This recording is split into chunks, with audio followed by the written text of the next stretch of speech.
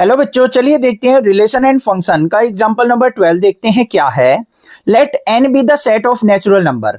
N जो दे रखा है हमें क्या है, सेट ऑफ नेचुरल नंबर दे रखा है। Then define a real valued function f goes to n by fx equal to 2x plus 1। ये हमें फंक्शन दे रखा है। Using this definition complete the table given below. तो हमें इसको यूज करते हुए, इस फंक्शन को यूज करते हुए इस टेबल को कंप्लीट करना है। बड़ा सिंपल सी बात है। यहां पे सबसे पहले देखो n नेचुरल नंबर का सेट दे रखा है, तो वैल्यू क्या होंगी 1 2 3 4 5 अप टू सो ऑन, इस तरीके से होंगी। अब यहां पे सबसे पहले हमें क्या करना है, रियल वैल्यूड फंक्शन को डिफाइन करना है। ध्यान से समझ लो, रियल वैल्यूड फंक्शन क्या होता है। यहां पे क्या आ गया, रियल वैल्यू का मतलब, वैल्यूड का मतलब होता है वैल्यू, और फंक्शन का मतलब फंक्शन।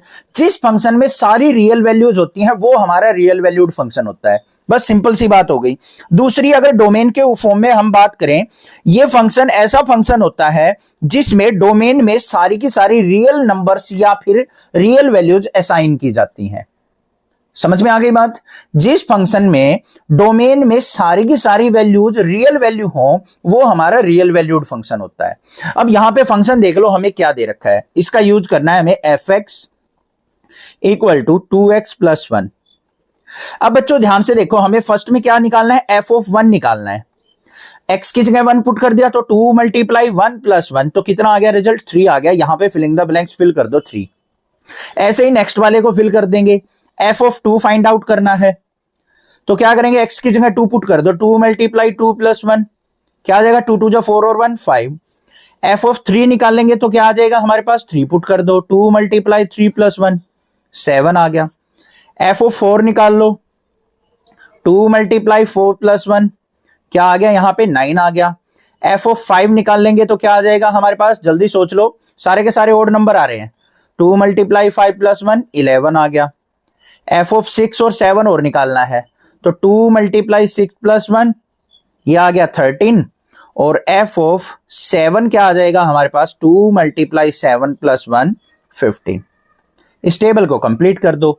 3 आ गया, फिर 5 आ जाएगा, 7 आ जाएगा, 9 11 13 और 15।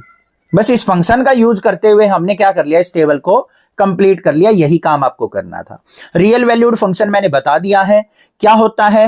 वो फंक्शन जिसके अंदर सारी की सारी वैल्यूज रियल वैल्यूज होती हैं उनको हम रियल वैल्यूड फंक्शन कहते हैं। अब यहां पे देखो, हमने जितनी भी वैल्यू पुट की है सारी की सारी हमने नेचुरल वैल्यूज पुट की हैं, ठीक है, और जो भी रिजल्ट आए हमारे वो नेचुरल नंबर आए हैं। ये सारी की सारी क्या होती है, रियल वैल्यूज होती हैं।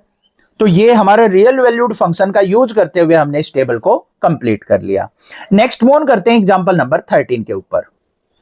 एग्जांपल नंबर 13 क्या दे रखा है, define the function f such that real values to real values by y equal to fx equal to x square. ये हमें फंक्शन दे रखा है और x belongs to real value दे रखा है। ये चीज ध्यान देना, ये काम की चीजें होती हैं।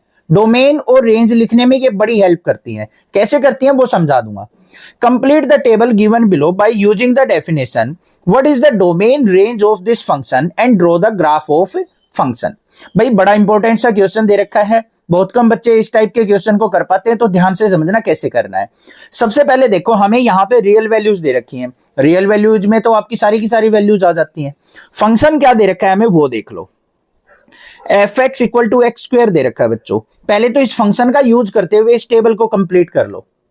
x की वैल्यू -4 है, तो हमारी y की वैल्यू क्या आएगी, जो फंक्शन है ना वो y की वैल्यू को डिनोट कर रहा है, ध्यान से देखो, ठीक है।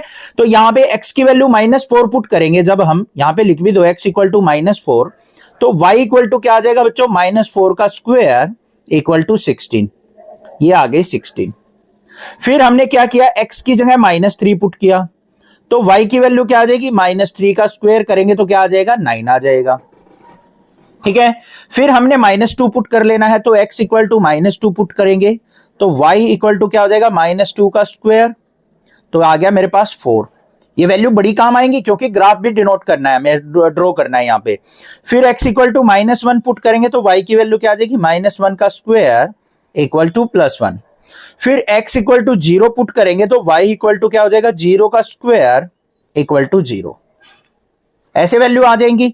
16 आ गया, फिर 9 आ जाएगा, ये 4 आ जाएगा, ये 1 आ जाएगा, ये 0 आ जाएगा। फिर उल्टा लिख दो, 1 का स्क्वायर 1 हो जाएगा, 2 का स्क्वायर 4, 3 का स्क्वायर 9, 4 का स्क्वायर 16। ये तो मैंने यहां पे डायरेक्ट लिख दी बच्चों, बट आपको ये सारी की सारी निकाल के दिखानी है हर एक क्वेश्चन के अंदर। ये चीज ध्यान देना, कहीं ये जल्दबाजी में सोचो हम भी डायरेक्ट लिख देते हैं, आपको नंबर नहीं मिलेंगे, नंबर कट जाएंगे। यहां तक तो हो गया हमारा काम कंप्लीट। एक्स और वाई का हमने यहां पे ग्राफ ड्रॉ करना है, डोमेन और रेंज यहां पे फाइंड आउट करनी है। Table complete. अब सबसे पहले बात करते हैं डोमेन की। डोमेन देख लो बच्चों क्या होगी। डोमेन के अंदर ध्यान से देखो, डोमेन का मतलब क्या होता है, जो वैल्यू आपने पुट की है।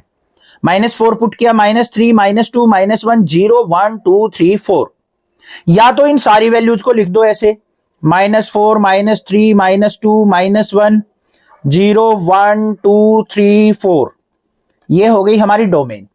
या फिर इसको शॉर्ट फॉर्म में कैसे लिखेंगे, domain equal to x such that x belongs to real values, कि आपने जो भी x की रियल वैल्यूज पुट की हैं वो सारी की सारी हमारी क्या कहलाएंगी, डोमेन कहलाएंगी। इतनी बात क्लियर है, कोई प्रॉब्लम नहीं। अब बात आती है रेंज की। रेंज कैसे लिखी जाएगी वो देख लो। रेंज के अंदर ध्यान दो, वैल्यू क्या है, 16, 9, 4, 1, 0, 1, 4, 9, 16, ये सारी क्या है, कंप्लीट स्क्वायर। तो इसको कैसे लिख देंगे हम यहां पे, y such that y equal to क्या है हमारा, एक्स स्क्वायर, इससे आई है, और साथ में लिख देंगे X Y belongs to real values. एक तो ये तरीका है। दूसरा क्या है, यहां पे सारी की सारी वैल्यू देखो पॉजिटिव आई है हमारी, ग्रेटर देन इक्वल टू 0 आई है, तो जैसे बुक में लिखी हुई है रेंज वैसे भी लिख सकते हैं आप। कैसे लिखी हुई होगी वो, X such that X greater than equal to 0, कि x की वैल्यू जब हम क्या करें, greater than equal to 0 put करते हैं और x belongs to real values, तो ये सारी की सारी रियल वैल्यूज हमारी क्या बन जाती हैं, जब x की सारी real values greater than equal to 0 put करते हैं तो वो रियल वैल्यूज हमारी क्या कहलाएंगी, रेंज कहलाएंगी। वैसे आप इसको ऐसे लिखोगे ये बेटर है, ये आपको अच्छे से समझ में आएगा, बुक वाले तरीके को छोड़ देना, ऐसे ही डोमेन में ऐसे ही रेंज में। ठीक है, बात क्लियर हो गई। अब ग्राफ के ऊपर चलते हैं। ग्राफ कैसे बनता है बच्चों, ये हमारी x एक्सिस, ये y एक्सिस। अब इस पे क्या करते हैं हम, मार्किंग कर लेते हैं बच्चों। ये पॉजिटिव x एक्सिस है तो 2, 4, 6, 8 इस तरीके से, इधर माइनस में -2, -4, -6, -8 और बीच में 0 होती है।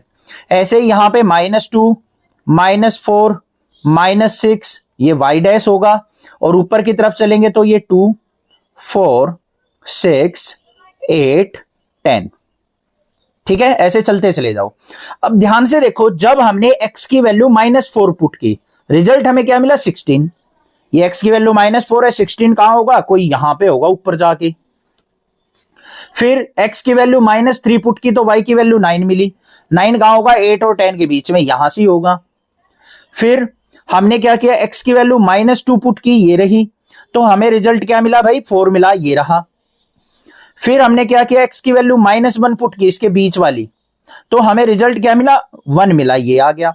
फिर 0 आ गया। तो कुछ इस तरीके से ग्राफ आया या नहीं आया हमारा, ऐसे ऐसे ग्राफ आएगा, और ऐसे ही इस तरफ चला जाएगा इस तरीके से। बस ये हमारा ग्राफ हो गया इस फंक्शन का। क्लियर बात हो गई। बुक के अंदर जो ग्राफ बनाया हुआ है थोड़ा सा नीचे गया हुआ है, नीचे नहीं जाएगा, ध्यान देना, क्योंकि y की वैल्यू हमारी 0 से कम नहीं आई है, कोई भी नेगेटिव वैल्यू नहीं आई है, तो हमारा ग्राफ जो है 0 से उठ के उल्टा वापस ऊपर चला जाएगा। चैनल को सब्सक्राइब करना, वीडियो को लाइक करना, ज्यादा से ज्यादा शेयर करना। Thank you students for watching this video.